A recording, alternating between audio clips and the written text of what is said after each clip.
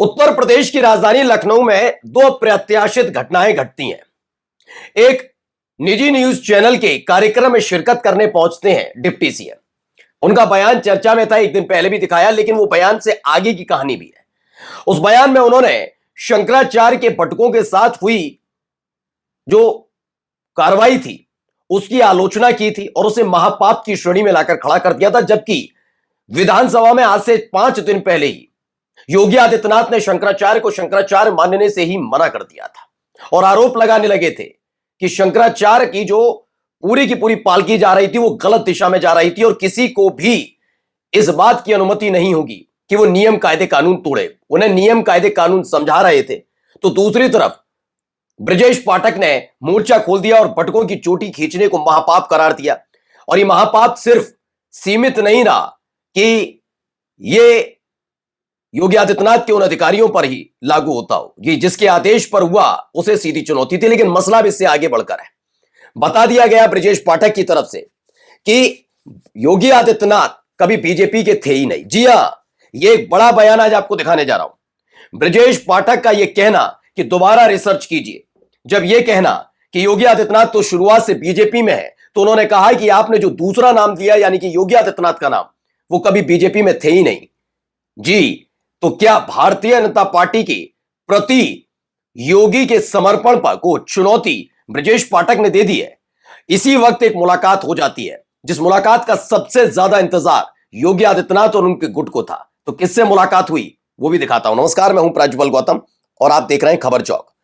वैसे तो उत्तर प्रदेश की सियासत बस हल्की सी भी करवट लेती है तो हंगामा हो जाता है। इन दिनों बड़े जबरदस्त चीजें चल रही हैं, लेकिन गोदी मीडिया उस तरीके से इस पर बात नहीं कर रही है। लेकिन हम आज आपको खबर दिखाते हैं। दरअसल एक दिन पहले ब्रजेश पाठक का वो बयान बड़ा चर्चा में रहा जिसमें उन्होंने शंकराचार्य के पटकों के साथ हुई जो मारपीट थी उसको महापाप की श्रेणी में लाकर खड़ा किया। मैंने तब भी ये कहा था कि हो सकता है कि आप सुप्रीम कोर्ट का हवाला देकर शंकराचार्य को शंकराचार्य ना माने, जबकि आपका ही गोरक्ष पीठ कहता है 1 साल पहले तक उन्हें शंकराचार्य मान रहा था।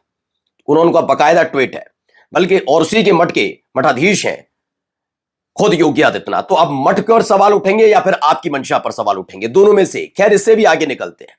मैं मानता हूं उत्तर प्रदेश के मुख्यमंत्री योगी आदित्यनाथ ने जो कहा होगा वो सोच समझ कर कहा होगा, मत मानिए शंकराचार्य। लेकिन उन बच्चों का क्या? उन बच्चों का क्या जिनको आपकी पुलिस ने उनकी चोटी पकड़कर खींचा, उनकी शिखा पकड़कर खींचा था और मारपीट की थी। एक उत्तर प्रदेश का मुख्यमंत्री ही नहीं, किसी भी प्रदेश का मुख्यमंत्री या कोई भी व्यक्ति कम से कम बच्चों के साथ हुई इस बदतमीजी पर थोड़ा शोक तो प्रकट करता और निंदा करता है। लेकिन योगी आदित्यनाथ के तेवर ने बताया जो कुछ हुआ और जो कुछ अधिकारियों ने किया वो यूं ही नहीं था, ये उन्हीं के इशारे पर किया गया था। अदरवाइज कम से कम वो शंकराचार्य के लिए कह सकते थे कि किसी को भी शंकराचार्य अपने नाम के आगे लिखने का अधिकार नहीं।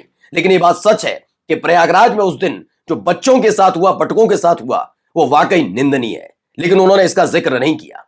वो अपने आप को पॉलिटिकली करेक्ट साबित करने में जुटे हुए थे। इधर योगी आदित्यनाथ के खिलाफ उन्हीं की पार्टी के नेता और उन्हीं सरकार के डिप्टी सीएम ने मोर्चा खोला और महापाप की श्रेणी में रखा। अब खबर क्या है? खबर इससे आगे की है। दरअसल नवभारत टाइम्स है, उसका एक कार्यक्रम चल रहा था जिसमें ब्रजेश पाठक आए थे। और इसमें चूंकि ये नवभारत टाइम्स का इसलिए हम नहीं दिखाएंगे, लेकिन फिलहाल उन्होंने जो कहा मैं बता देता हूं। उन्होंने कहा मैं दूसरे नाम के बारे में बात कर रहा हूं। दरअसल जो एंकर महोदय हैं उन्होंने एक सवाल पूछा। उन्होंने सिर्फ इतना कहा, क्योंकि बात चल रही थी ब्रजेश पाठक जो बीएसपी से बीजेपी में आए और उसके बाद अब फिलहाल है डिप्टी सीएम है, तो उनके पार्टी बदलने को लेकर ही सवाल हो रहे थे। इस पर ब्रजेश पाठक ने कहा कि आप दूसरे नाम को करेक्ट करिए। दरअसल इसमें बताया गया कि आपकी पार्टी का जो मुखिया है यानी कि सरकार की जो मुखिया है इस समय योगी आदित्यनाथ, वो शुरुआत से बीजेपी में रहे, नरेंद्र मोदी साहब का रहे। तो उन्होंने कहा दूसरे नाम जो है ना, योगी आदित्यनाथ वाला नाम, उसे करेक्ट कर लीजिए, पहले आप जाकर रिसर्च कीजिए। दरअसल ये चर्चा अब की नहीं है। जब योगी आदित्यनाथ सांसद भी रहे और सांसद के बाद उन्हें मुख्यमंत्री पद के तौर पर प्रोजेक्ट किया जा रहा था, जब वो मुख्यमंत्री बने उन्हें 1.5-2 साल हुआ, तब भी ये चर्चाएं बड़ी आम रहती थी कि योगी आदित्यनाथ बीजेपी से ऊपर उठकर भी कई फैसले लेते हैं। यानी कि जब वो बीजेपी में थे और उनकी बात गोरखपुर में सांसद रहते हुए नहीं मानी गई, चुनावों के दौरान गोरखपुर के मतलब जब विधानसभा के चुनाव हुए, तब उन्होंने बीजेपी के खिलाफ भी मोर्चा खोला है। वो भारतीय जनता पार्टी के प्रति पूरी तरह से वैसे ही समर्पित नहीं है जैसे एक कोई भी पार्टी का कार्यकर्ता होता है ये पहले भी चर्चाएं हो चुकी हैं, लेकिन ये बात कभी किसी ने खुलकर इस लेवल पर नहीं कही जैसे ब्रजेश पाठक ने कह दी। ब्रजेश पाठक ने योगी आदित्यनाथ की मंशा पर ही सवाल खड़े कर दिए।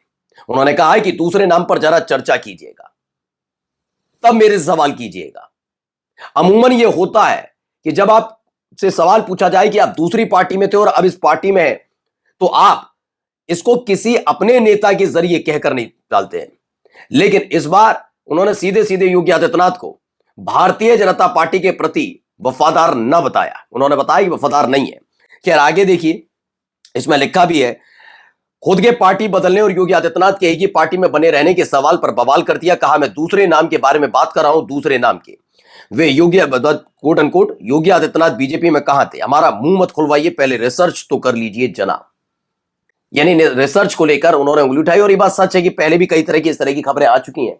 ये देखिए, वे अतीत में कई मौकों पर अपने हिंदू युवा वाहिनी के जरिए बीजेपी को आईना भी दिखा चुके हैं और इस बार खुद आगे आकर ब्रजेश पाठक ने इसकी चर्चा की। जहां एक तरफ ये सब हो रहा था तो दूसरी तरफ क्या हो रहा है जरा देखिए। लखनऊ में सीएम योगी और भागवत की मुलाकात, 2027 चुनावी रणनीति पर 40 मिनट गहन मंथन। सवाल यह नहीं है कि ये चुनावी रणनीति पर हुआ, नहीं। उस समय मैंने कहा था कि जब ब्राह्मणों की बैठक हुई थी कि ब्राह्मणों की बैठक कोई एसआईआर के मुद्दे पर नहीं थी जो बाद में आकर ब्राह्मण विधायक कह रहे थे।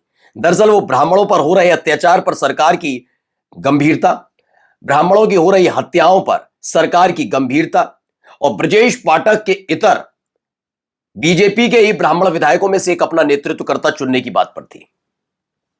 बवाल हुआ उस पर, उन्होंने बस सफाई दी कि हम एसआईआर के लिए मिले थे, हम पूछ रहे थे कि तुम्हारे परिवार में क्या चल रहा है, बेटा बेटी क्या कर रहे हैं, लेकिन ऐसा नहीं था।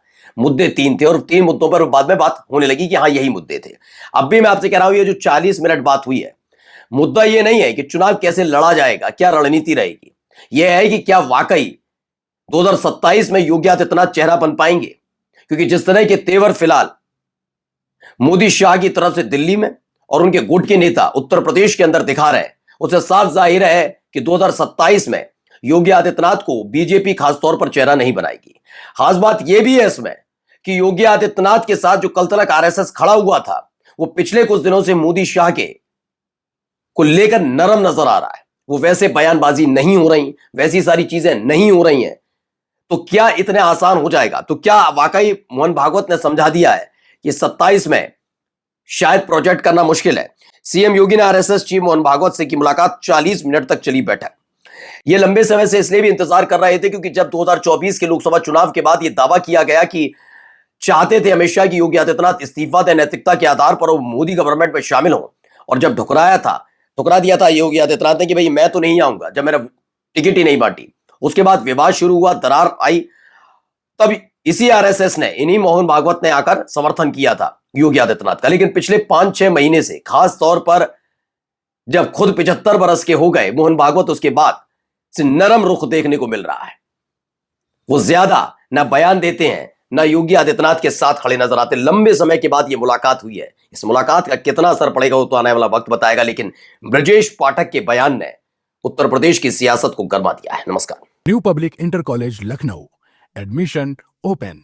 फॉर मोर इन्फॉर्मेशन कॉल 0522 282232 और 7755 089585।